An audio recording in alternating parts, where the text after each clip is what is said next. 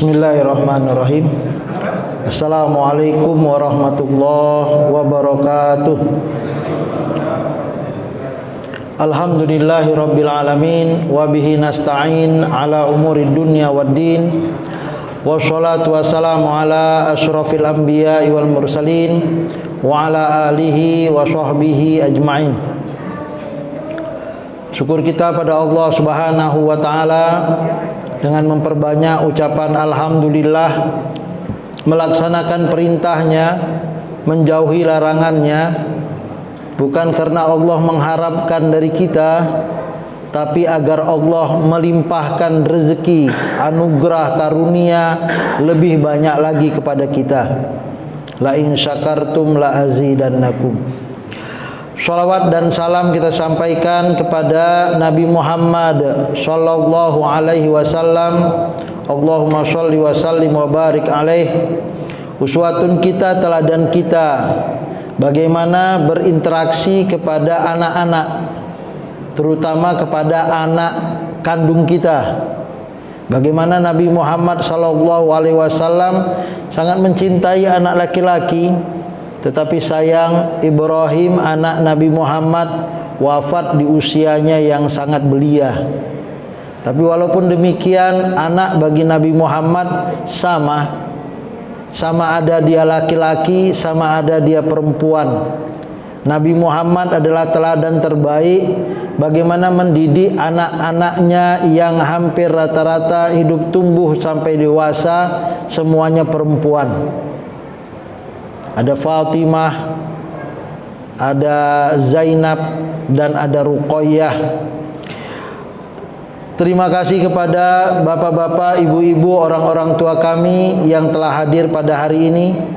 Terima kasih kita kepada BKM Masjid Al-Muhajirin yang telah memberikan kepada kita tempat dan waktu untuk mengkaji, mengaji, mentadabburi, memahami Al-Quranul Karim, yang sampai hari ini kita masih berada di surat Luqman, surat ke-31 ayat 16 sampai dengan 19. Bapak Ibu yang dirahmati Allah, tema kita hari ini bagian kedua, 5 poin.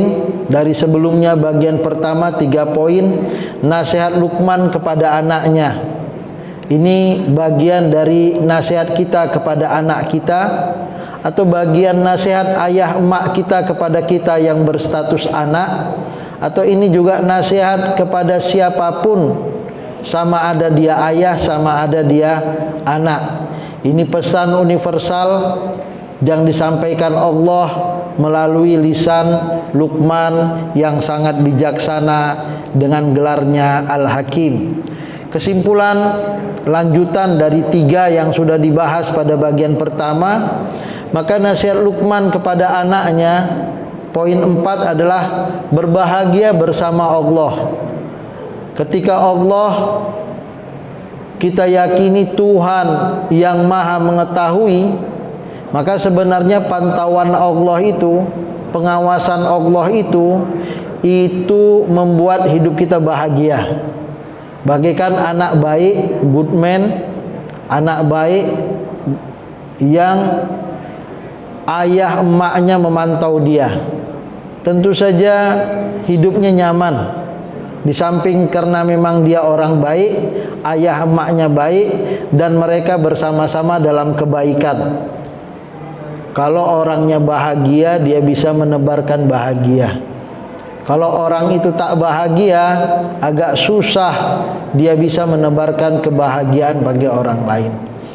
Poin berikutnya 5 dan 6, walaupun sebenarnya ada beberapa poin penting di ayat 17 ini, diantaranya tentu saja sholat dan sabar yang menjadi konsentrasi di sini, tapi di situ juga ada amar ma'ruf nahi mungkar. Jadi sebenarnya ada banyak poin di ayat 17. Kita ambil 2, bukan berarti melupakan amar ma'ruf nahi mungkar. Tapi sholat dan sabar adalah bagaimana menghadirkan kebahagiaan bagi diri. Jadi nasihat tidak saja bernada intimidasi, menakut-nakuti. Maka kata Nabi Muhammad, ad-dinu an-nasihah, agama itu pesannya nasihat. dan nasihat itu agak berat, maka sampaikanlah dengan bahasa yang bijak. Namun rupanya Al-Quranul Karim ingin mengatakan kepada kita, nasihat itu baik dan membahagiakan loh.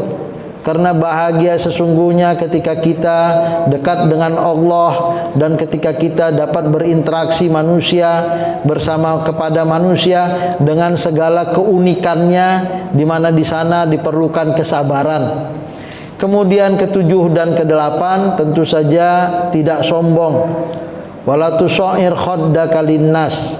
Ya, dan disebutkan waqsid fi masyika, rendah hati.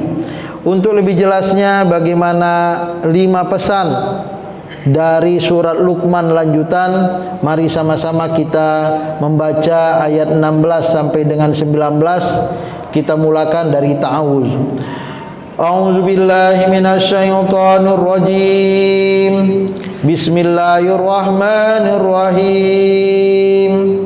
Ya bunayya innaha in takum misqala habbatin min khardal fatakun fi sakhratin aw fis samawati aw fil ardi ya'ti biha Allah. Innallaha latifun khabir. Ya bunayya aqimil sholata wa'mur bil ma'rufi wanha 'anil munkar wasbir 'ala ma asabak inna zalika min azmil umur. Wala tusair khaddaka linnasi wala tamshi fil ardi maraha innallaha la yuhibbu kulla mukhtalin fakhur. Waqsid fi masyika waghdud min sautik inna angkaral aswati la sautul hamir.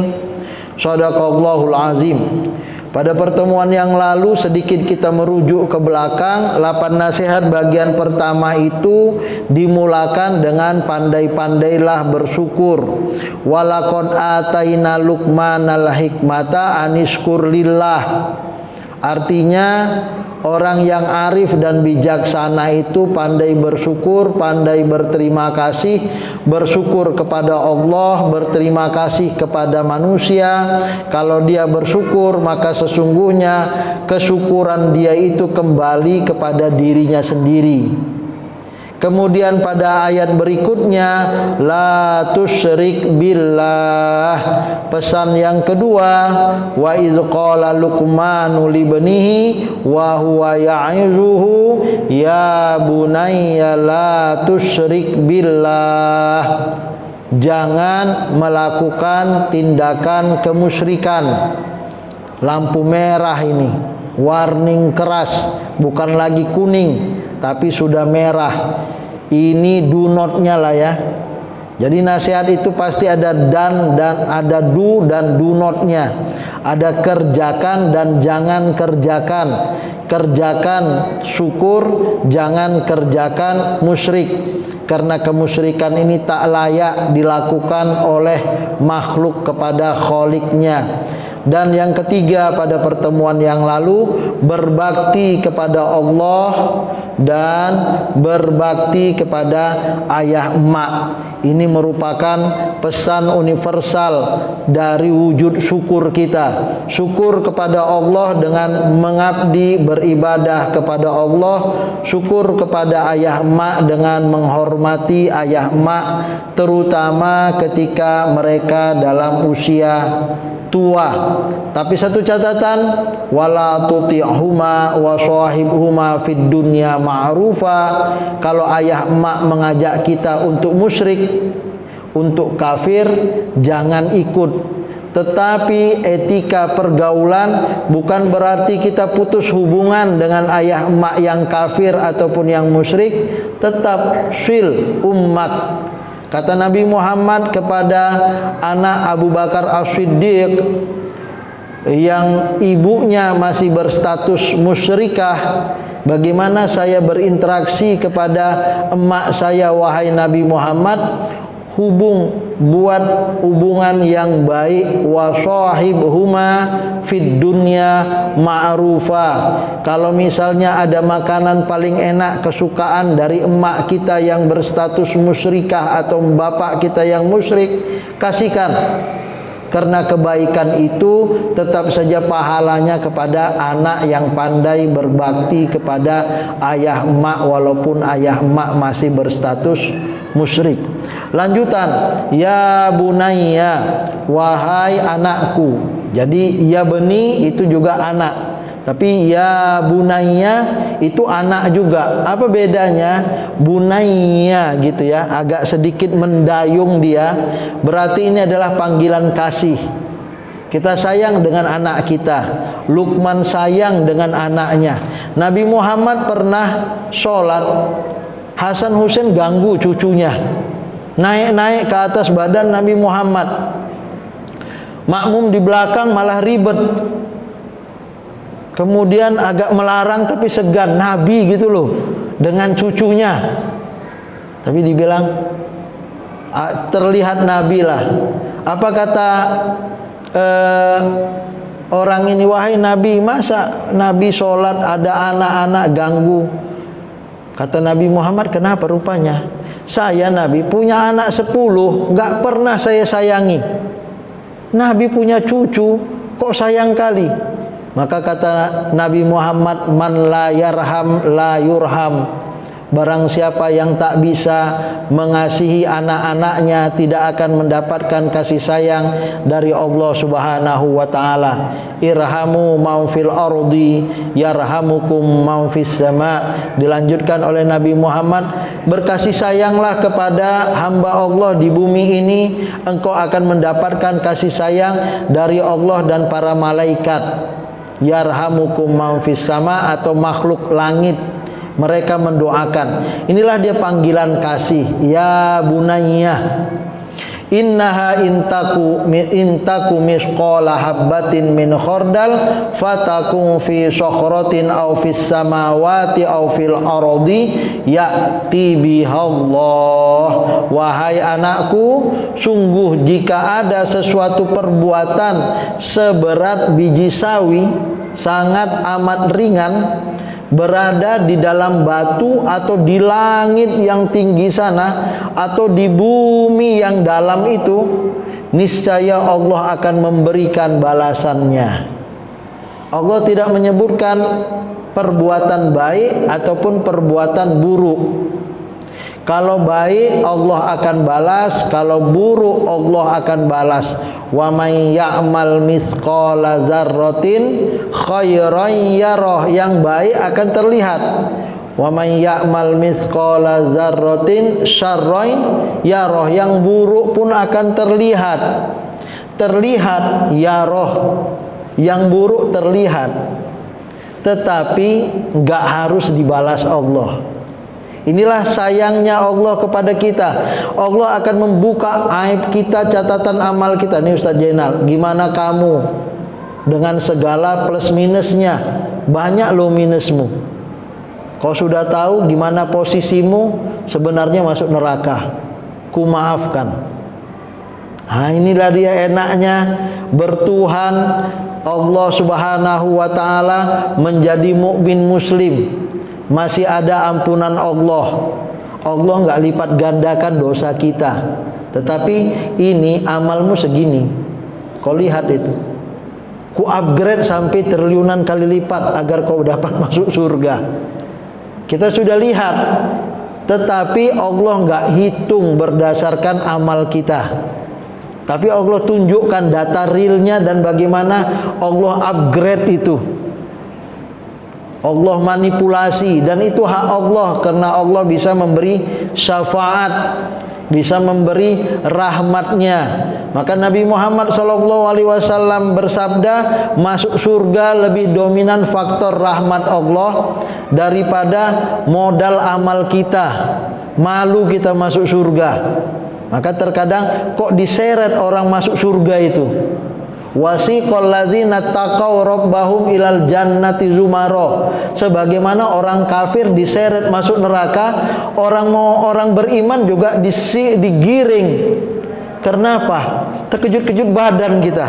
Ya Allah, harus masuk surga, takut neraka ya. Masuk surga merasa nggak layak. Udahlah, nggak usah malu-malu, masuk aja lah. Digiring kayak ayam yang nggak mau pulang, kayak bebek nggak mau pulang sudah sore, digiring oleh pengangonnya itu. Begitulah orang mau masuk surga, sangkingkan merasa tak layaknya. Maka Allah Subhanahu wa taala mengatakan, kecil, sekecil apapun ya'ti bihallah, Allah akan balas. Dan inilah membuat kenapa kita harus ikhlas lah ya. Kenapa harus ikhlas? Karena Allah balas. Jangan sampai apa yang kita tanam akhirnya rusak karena sombong yang seperti disebutkan di akhir surat tadi, atau merasa pamer, riya. Maka terkadang expose kita di media sosial terkadang bisa merusak. Kalau bukan kepentingan laporan kegiatan, ya nggak usahlah. Amal kebaikan kita antara kita dan Allah. Innallaha latifun khabir. Dan ini membahagiakan. Prinsip ini membahagiakan. Ketika kita berbuat baik nggak dipuji orang, nggak apa-apalah, karena kita nggak mengharapkan puji Allah orang. Yang kita harap kebaikan kita mendapatkan surga. Ketika kebaikan kita dicaci maki orang, ya nggak masalah juga lah. Orang bukan dia yang punya surganya. Yang punya surga Allah. Dan ini membahagiakan loh. Ini nasihat sangat efektif di saat terkadang kita bergaul, harapannya WA grup itu membuat kita bersilaturahim, tapi akhirnya malah renggang. Nah, kalau orang dewasa ya nggak apa-apalah, karena macam ragam orang yang ada di grup itu. Nah, maka ini membuat kita bertambah dewasa. Toh kita tidak mengharapkan surga dari dia, dan ketika dia caci maki kita, enggak juga surga kita menjadi berkurang. Bapak Ibu yang dirahmati Allah, berbahagialah. Maka kata kuncinya berbahagialah. Allah bersama mukmin melihat dan membimbing. Allah yang melihat, Allah yang membimbing. Kenapa kita masih ngaji? Kenapa kita masih mentadaburi Al-Quran? Supaya rel yang tadi sudah mulai miring, saya harus balik lurus lah. Nawaitunya harus dibenarkan, niat harus diluruskan. Ya Allah, jika aku silap karena kesombongan, keangkuhan, luruskan niatku ya Allah. Ini bagi kita semua, termasuk saya lah. Karena kita masih manusia, masih punya setan yang mengganggu, dan masih punya hawa nafsu.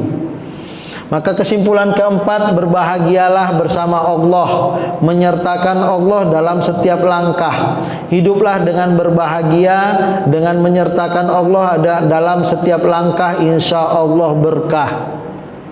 Karena hati kita lapang. Dicaci maki nggak sakit kepala, dipuji pun nggak besar kepala. Ya bunayya aqimis sholah. Itu sholatnya nggak kelihatan. Jadi ada 4, walaupun kita ambil poin 2 besar ya. Ini panggilan lagi. Ya, artinya tadi ikhlas menjadi penting. Allah menjadi tahu, itu menjadi nawaitu. Kenapa saya harus bersyukur pada Allah, poin atas. Kenapa saya harus berbakti kepada ayah emak, walaupun ayah emak bagaimana, atau walaupun anak saya nanti bagaimana, itu nggak menjadi penting. Dia caci maki kita atau anak caci maki kita, selama nawaitunya lillah, selesai. Maka begitu juga ke bawah. Kalau tadi ke atas, ayat 16 ke atas, maka ayat 16 ke 17 juga sama. Sholat akan menjadi enak kalau nawaitunya lillahi ta'ala. Allah tahu itu. Maka kata Luqman kepada anaknya, kau sholat karena Allah, bukan kau sholat karena ayahmu. Kau sholat karena mertua, di depan mertua sholat, di belakang mertua nggak sholat, atau di depan calon mertua karena lagi calon. Kalau sudah selesai, sudah tahu ya aku memang dulunya nggak sholat. Jadi kenapa kemarin? Kemarin kan masih status calon. Setelah jadi menantu, inilah dia hakikatnya. Tentu saja kita doakan mudah-mudahan orang yang seperti ini diberi hidayah oleh Allah. Sholat kita karena Allah. Dan ini pesan ayah kepada anak, kalau kita masih belum sholat berarti kita masih berstatus anak lah ya. Karena anak-anak yang mungkin masih disuruh untuk sholat, kalau ada ayah emak masih belum sholat, alhamdulillah masih dinasehati, masih baguslah. Daripada wafat gak sholat, musibah lah itu.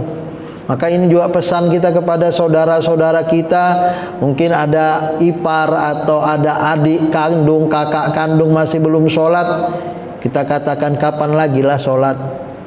22 loh, usia bertambah, kuburan semakin dekat. Ini pesan Luqman yang sayang kepada anaknya. Atau begitu juga anak kita yang masih sekarang tak mau sholat, tak mau nutup aurat. Kapan lagi nak? Aqimis sholah. Ayah sayang denganmu. Gak ada yang ayah inginkan kecuali kita sama-sama di surga lah. Kita kumpul di surga. Aqimis sholah. Kemudian bukan berarti sok baik ya. Tapi memang begitulah kalau kita orang baik, wa'mur bil ma'ruf. Apa pesan kebaikan nomor 1? Kembali lagi kepada poin 1, 2, 3, 4 tadilah. Bersyukur, jangan musyrik, berbakti kepada orang tua. Kemudian habis itu nawaitu lillah, ikhlas karena Allah mengetahui dan itu membahagiakan. Poin kelima, apa yang kita perintahkan? Sholat. Jadi begitulah Al-Quran kita pahami, muter-muter di ayat yang sama karena dia bagaikan sarang laba-laba. Poinnya kena terus kemana-mana, sangat terkait erat. Kayak puzzle, yang satu dengan yang lain terikat. Itulah dia memahami Al-Quran, dan kita nggak usah lari kemana-mana. Ayat itu saja, ayat 16, 17, 18, 19 atau naik ke atas, itu saling terkait. Jadi apa yang diperintahkan, perintah ke atas. Wanha anil mungkar, apa yang dilarang, jangan musyrik. Ma'ruf sebenarnya bahasa arafah, arifin. Ma'ruf dikenal, maka kebaikan itu dikenal. Orang yang berbuat baik itu nggak harus tutup-tutup, nggak harus takut-takut, karena memang sudah ma'ruf, hati kita menerima. Kita ke masjid sholat, hati kita menerima. Ke masjid ingin curi sandal, hati kita nolak loh. CCTV-nya banyak kali. Kayak mana lah aku mau nyuri sandal ini, ya kan? Tapi kalau sholat, ya kenapa rupanya ada CCTV? Orang mau sholat kok. Nah inilah dia ma'ruf, mungkar. Mungkar itu hati kita menolak. Ma'angkarahu syara'. Syariat mengingkari, akal kita mengingkari, hati kita mengingkari. Ya nggak enak lah. Masa di masjid merokok gitu ya kan? Nggak dilarang loh Pak Ustadz, makruh loh rokok, benar makruh. Tapi kalau di masjid rasanya kurang lah. Tapi kan boleh. Kita yang nggak boleh itu mabuk, habis mabuk sholat. La taqrabu sholata wa antum sukaro. Nggak ada larangan habis wudu merokok, habis itu sholat. Nggak ada larangan. Nah, cuman di dalam masjid nggak enak lah. Ada misalnya ada imam merokok, habis itu matikannya langsung Allahu Akbar, kan kurang etis gitu ya. Nah, ini contoh bagaimana mungkar itu. Ya, jadi ini ada hal-hal yang memang kita harus kita cegah. Yang pertama dan utama adalah kemusyrikan. Kemudian selebihnya adalah kesempurnaan. Yang keempat, wasbir ala ma asabaka, sabarlah terhadap yang menimpamu. Menimpamu boleh jadi Allah yang menimpa, Allah yang memberi musibah kepada kita, harus sabar kita. Ujian dari Allah seperti Nabi Ayub, ujian dari Allah, atau ujian dari manusia. tiba-tiba tabrakan. Ya Allah, kita jalan mulus ditabrak orang. Sabar. Minta ganti boleh, tapi kondisional lah. Atau memang musibah yang didatangkan oleh setan, diujinya kita. Nah, ini semua dari tiga sisi ini, dari Allah, dari manusia, atau dari setan. Sabar. Karena sabar ini min azmil umur. Ulil azmi itu ya orangnya sabar. Bapak Ibu yang dirahmati Allah, inna zalika, ini kembali kepada sabar atau kembali kepada sholat, amar ma'ruf nahi mungkar. Semuanya bisa. Ada yang mengatakan sabar itu berat kecuali orang yang memang punya azimah, punya passion, atau mencapai cita-cita perlu sabar. Ini punya passion, punya cita-cita ingin masuk surga. Atau sholat, amar ma'ruf nahi mungkar dan sabar itu berat, azimah, perlu passion. Sholat ini kita lakukan jadi mudah karena kita sudah menikmati. Bagi mereka yang tak pernah sholat, disuruh sholat, aduh janganlah, banyak kali dosaku. Ya karena banyak dosa lah harus sholat. Puncak kebahagiaan adalah sholat. Berbagi kebahagiaan dengan mengajak orang lain untuk berbuat baik. Jadi mengajak orang lain berbuat baik bukan karena kita sok alim, sok pintar, sok hebat menasihati orang, karena kita ingin dia bahagia, kita bahagia. Kita ingin anak kita masuk surga dan kita ingin bertemu dengan dia di surga. Atau yang ketiga, mencegah yang mungkar. Keempat, hidup ini tidak datar. Terkadang ada ombak yang memerlukan kesabaran. Kesabaran itu adalah kebahagiaan. Mau bahagia, jadilah orang sabar. Innallaha ma'as-sabirin. Allah bersama orang yang sabar. Jadikanlah sholat dan sabar sebagai penolongmu. Wasta'inu bisobri wassolah. Jadi poin 5 dan 6, sholat dan sabar, walaupun di sana sebenarnya ada amar ma'ruf nahi mungkar yang juga tak bisa dipisahkan. Wala tusair khaddaka linnasi wala tamshi fil ardi maraha innallaha la yuhibbu kulla mukhtalin fakhur. Jadi agak sedikit mungkar dicegah lah ya. Tadi ada amar ma'ruf nahi mungkar. Pertama, jangan musyrik. Yang kedua, jangan sombong ya. Memalingkan wajah dari manusia. Tusair khaddaka. Khaddun itu pipi. Khodun itu pipi. Jadi maksudnya kamu alihkan pipimu, berarti mengalihkan mukamu. Linnasi, dari manusia. Bapak Ibu yang dirahmati Allah, ini perilaku bukan untuk mencerca orang lain. Terkadang, Pak Ustadz ini sudah kubel pun nggak dibelnya. Terkadang kita nggak tahu mobil jemaah gitu ya kan. Nah, tapi mobil Ustadz tahu karena yang parkirnya itu terus saja, ini pasti mobil Ustadz nih. Di belnya, sombongnya Pak Ustadz tuh, kubel. Sangka kita apa yang hilang dari, ada yang pintu belum tertutup lah, entah apa, rupanya dia mau ngebel kita. Maka ini bukan untuk menilai orang. Karena apapun kebaikan itu untuk diri kita. Maka kalau ada orang begitu berpikir positif lah, mungkin dia tak tahu. Ya kan, itu lebih bagus daripada sombongnya. Kita bukan dalam rangka untuk menilai orang. Ini adalah pesan untuk kita atau pesan untuk anak kita yang kita pahami dia bahwa kita sangat mencintai dia. Wala tusair khaddaka linnas. Jangan memalingkan wajah dari manusia karena sombong. Wala tamshi fil ardi maroha. Jangan berjalan di bumi dengan maroha, dengan seperti terbang, riyah, terbang, maroha, nggak cecah. Biasa sangkingkan sombongnya orang itu seperti jalan di atas angin gitu, sangkingkan sombongnya, sehingga Allah menggunakan bahasa maroha, riyah, bagaikan orang terbang, sangkingkan sombong. Bukan mutakabbiro, bukan mustakbir ya, abawastakbar, walaupun itu juga bahasa sombong. Artinya Luqman ingin mengatakan cegah kesombongan itu dari hal-hal yang kecil.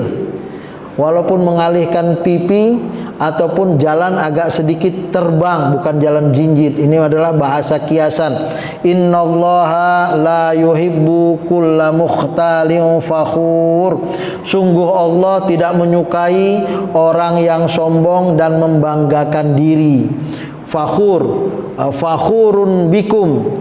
Ini bangga, ada bangga yang positif, artinya saya senang dengan kalian, itu bahasa Arab juga fakhur. Tapi kalau membanggakan diri sendiri menjadi salah. I am appreciate, itu fakhur bahasa Arabnya. Saya mengapresiasi Anda. Maka ini merupakan pembelajaran bahwa kita boleh mengapresiasi orang lain, tetapi tak usahlah kita mengapresiasi diri sendiri. Walaupun mungkin dalam jenjang karir kita harus tulis itu apa saja yang sudah kita capai, dan itu bukan bagian dari menyombongkan diri. Terkadang Bapak Ibu yang dirahmati Allah, kesalahpahaman umat Islam karena memang dia sudah berhasil dan dialah yang berhasil itu, maka akhirnya dia nggak pamer. Datang orang lain, dia yang mengatakan bahwa itu kerja dia, padahal itu kerja umat Islam. Contoh bagaimana umat Islam akhirnya perang melawan Israel di Mesir. Itu adalah pasukan umat Islam yang akhirnya hampir menang. Kemudian umat Islam ini tidak menyatakan, kemudian mengatakan orang lain ini adalah jasa kami. Maka akhirnya mereka mengatakan tidak, ini adalah pasukan kita. Sama dengan Indonesia merdeka. Kita mengatakan bahwa peran dari pesantren, ulama, kiai, santri besar sekali. Kalau tidak spirit dari Allahu Akbar, mungkin penjajah Belanda sampai sekarang masih bercokol, berikut dengan Jepangnya. Ini terkadang fakta sejarah itu harus dikuak, bukan karena kita mau sombong, tapi memang umat Islam berperan dan memang sangat amat aktif untuk amar ma'ruf nahi mungkar atau jihad melawan penjajah. Jihad melawan penjajah okelah. Tapi kalau sekarang kita jihad melawan penyakit, kebodohan dan kemiskinan. Ya, kebahagiaan itu bukan untuk disombongkan. Ya, kebahagiaan itu bukan sombong. Jadi orang sombong itu nggak bahagia, dan bukan pula untuk disombongkan. Kebahagiaan itu dalam hati yang lapang dan berbagi kebaikan. Maka poin ketujuh, pesan dari Luqman kepada anaknya, jangan sombong. Wala tamshi fil ardi maroha waqsid fi masyika waghdud min sautika inna angkarul aswati la sautul hamir. Sederhanakanlah dalam berjalan. Ya, tadi maroha, bagaikan terbang. Maksudnya sederhana dalam berjalan ini jangan terlampau cepat, jangan pula terlalu lambat. Wah, ini menjadi menarik. Karena apa? Karena Nabi Muhammad SAW pernah menegur orang yang masbuk dalam sholatnya, geruduk cepat. Karena masbuk, terdengar sampai ke depan. Maka kata Nabi Muhammad, alaikum bil waqari was sakinah.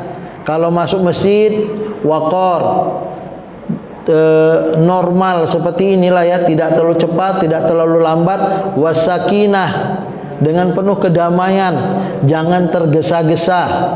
Ya, ini termasuk waqsid fi masyika, dalam hal mungkin ayah mak kita yang agak lambat jalannya, jangan pula terlalu cepat, atau anak-anak kita yang terlalu lambat jalannya, jangan pula terlalu cepat. Ini namanya etika. Bahkan terkadang ya kita harus pantau orang yang di belakang supaya seiring berjalan. Waghdud min sautika, jangan pula kita mengeraskan suara, tapi lunakkanlah suaramu. Lunakkan suara ini gimana? Maksudnya jangan melengking bagaikan khimar, bagaikan hamir. Hamir itu suara keledai.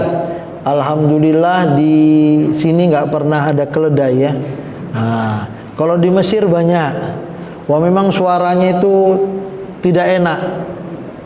Tetapi memang bangsa Arab itu di Mesir itu memang ada yang teriak bagaikan keledai. Kalau di zaman kita dulu masih ada yang teriak begitu, sekarang sudah tidak ada. Sambo, sambo, sambo gitu ya kan. Nah, itu kan kayak suara keledai itu. Gitu. Teriak-teriak seperti itu sekarang sudah nggak zamannya. Dulu di Polonia juga ada begitu. Manggil orang pulang dari luar negeri, Pak, taksi Pak. Astagfirullahalazim. Ini kita sampai di negara mana ini? Malu kita orang Medan gitu ya kan. Alhamdulillah Kuala Namu sudah tidak ada lagi. Nah, ini terlihat beradabnya begitu. Manggil orang itu nggak usah teriak-teriak. Inna angkarul aswati la sautul hamir. Tentu saja keledai nggak salah, karena memang watak keledai kalau bersuara ya memang harus begitu. Tapi manusia berteriak-teriak itu salah. Anak memanggil ayah dengan teriak, anak memanggil ayahnya dengan teriak lebih salah lagi. Inilah dia Islam yang tidak saja kebaikannya semata-mata hukum, wajib, haram, makruh, mubah, sunat dengan Allah, tetapi juga interaksi sesama manusia. Maka kita ini bertuhan dan sangat humanis kepada sesama, tidak saja terkait dengan interaksi yang itu etis dan tidak etis, tetapi juga kesehariannya juga ada etika. Dan saya pertama kali belajar kok sampai begitunya di pesantren itu, bagaimana cara masuk taksi itu kan ada etikanya. Kalau sendiri duduk di mana, kalau bagaimana kalau ada orang tua, bagaimana ada perempuan. Etika masuk, dan Islam mengatakan etika berjalan. Bagaimana berjalan kalau beriringan atau berjalan yang normal. Dan orang mendapatkan rezeki yang banyak dari John Robert Powell itu ya, yang melajarkan bagaimana seseorang pemimpin memiliki etika, bagaimana table manner-nya, bagaimana meletakkan garpu dan gelasnya, sendok dan pisaunya, sampai sedetail itu. Al-Quran pun menganjurkan kita untuk melakukan seperti itu. Bukan berarti ya sudah Islam ya sudahlah, sama ajalah mau makan pakai sendok, pakai garpu, pakai pisau, yang penting kan makan. Nah, rupanya ada etikanya, dan ini termasuk bagian dari Islam yang attitude itu. Ketika manusia rendah hati, itulah yang akan menyelamatkan manusia dari berlagak dengan berjalan angkuh. Rendah hati bukan untuk mengekang semangat manusia yang benar dan keputusannya yang masuk akal. Tidak. Ini adalah kita senang diperlakukan baik, maka perlakukanlah orang lain dengan baik. Seperti ilmu padilah ya, tambah berilmu, tambah merunduk. Maka inilah yang bisa kita ambil kesimpulan ke-8, rendah hati. Mau tahu orang yang rendah hati? Bashir bin Haris berkata, aku tidak akan pernah melihat orang kaya yang duduk di tengah-tengah orang fakir. Yang bisa melakukan demikian tentulah yang memiliki sifat tawadhu atau rendah hati. Dan inilah orang zaman dahulu. Orang zaman dahulu nggak mau memperlihatkan kekayaannya. Dan orang tua zaman sekarang pun masih melakukan itu, karena memperlihatkan kekayaan hanya membuat kita dikejar-kejar pajak gitu ya kan. Nah, dinas pajak akan mendatangi kita ketika kita expose di mana-mana. Tapi anak-anak sekarang dia akan memaksakan diri terlihat kaya walaupun sebenarnya nggak kaya. Nah, semuanya rental, ada mobil Alphard rental, ada pesawat jet rental. Begitu dikejar rupanya rental. Ya, inilah rendah hati menjadi kunci terakhir dari pertemuan kita hari ini, dan ini masih berlakulah. Dan anak-anak kita tetap saja pencapaian materimu bukan untuk disombongkan, tapi kalau memang kita betul-betul kaya, traktirlah orang, bantulah dia, daripada menunjukkan kekayaan kita. 8 nasihat Luqman kepada anaknya bagian kedua. Dengan demikian berbahagia bersama Allah. Cukuplah Allah yang tahu, ikhlas, nawaitu lillahi ta'ala. Ada sholat, amar ma'ruf, nahi mungkar dan sabar. Yang ke-7 tidak sombong. Dan ke-8 rendah hati. Wallahu a'lam. Kita tutup dengan doa. A'udzubillahi minasyaitonirrajim. Bismillahirrahmanirrahim. Rabbana atina fid dunya hasanah wa fil akhirati hasanah wa qina azabannar.